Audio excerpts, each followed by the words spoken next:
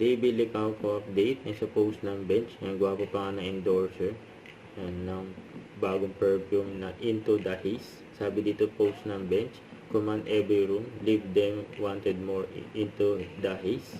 And David Licauco new signature experience it today. Yung bagong pabango ng bench.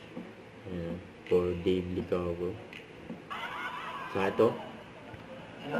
May message si David sa BFF niya, Justin Liu. Nandiyan sa panmit. Ba't ako nag-thank you eh? Wala ka naman binigay. Well, pare, congratulations on your success. Nakita ko na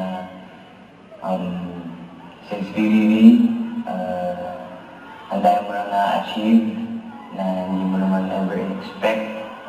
Kaya, pagbutihin mo pa, ayun, sorry lang daw ako. Yun, no? Ito pala yung nakadate ni David for Lazada. Ayun yung behind the scene.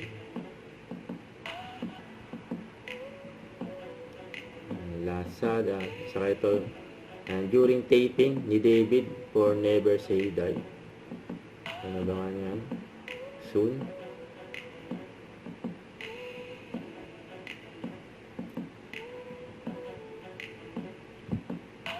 Yan, ganyan ka-busy si David. Yan, pinakita na ngayon teaser na Never Say Die. Yan, pinagbibidaan ni David Licauco and Jillian Ward. Yan, abangan yan soon sa GMA. Don't forget to subscribe, click the notification bell for more updates. This is with Charlie Action Vlog. Stay tuned for more videos. See ya.